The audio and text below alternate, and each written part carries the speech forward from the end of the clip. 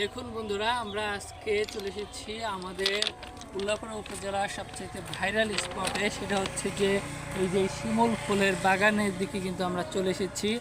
প্রতি বছর শীত মৌসুম শেষে যখন বসন্তকাল আসে, সেই বসন্তকালে কিন্তু আমাদের এই শিমুল ফুল গাছগুলোতে লাল রক্তিম শিমুল ফুল ধরে থাকে।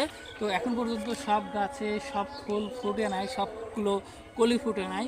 অনেক ফুল ফুটে আছে, এর মধ্যে কিছু কলিও আছে, কিছু গাছ আছে যেগুলো এখনও ফুল ফোটেই নেই, কলি অবস্থাতে আছে। আপনারা যারা আমাদের এই ভাইরাল স্পটে ঘুরতে আসতে চান, তারা আর কিছুদিন পরে, মানে 1 সপ্তাহ থেকে 10 দিন পরে এখানে ঘুরতে আসবেন। এদিকে রয়েছে সলব স্টেশন, এবং সলব স্টেশনে আপনারা ঘোল খাওয়ার জন্য আসতে পারেন। এখন যেহেতু রমজান মাস চলতেছে, এই সময় কিন্তু আমাদের সলব স্টেশনে ঘোলের ব্যাপক চাহিদা হয়ে থাকে। সেই সাথে এই সাইডে আছে হচ্ছে ঘাটিনা ব্রিজ। ঘাটিনা ব্রিজের ওখানেও কিন্তু ভাইরাল একটা স্পট। এই গ্রামটার নাম হচ্ছে মাটিকোড়া গ্রাম, যেখানে আমি বর্তমান অবস্থান করতেছি। আর ওই দিকে হচ্ছে শাহজাহানপুর গ্রাম, যেখানে হচ্ছে ঘাটিনা ব্রিজ রয়েছে।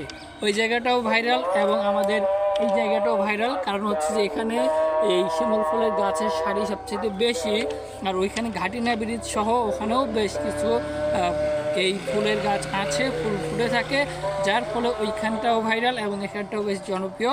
আপনারা চাইলে যে কোনো জায়গাতে এদিক থেকে সিরাজগঞ্জ থেকে আসতে পারেন, সিরাজগঞ্জের কড্ডার মোড় হয়ে সোজা কামালখন্দ হয়ে এদিক দিয়ে আসবেন। আর যদি এদিক দিয়ে আসেন তাহলে আপনারা শাহজাহানপুর ঘাটিনা ব্রিজ হয়ে এদিক দিয়ে ঘুরতে আসতে পারেন। যে কোনো জায়গা দিয়ে আপনারা আসতে পারেন। তো ভিডিওটি কেমন লাগলো অবশ্যই কমেন্ট করে জানাবেন।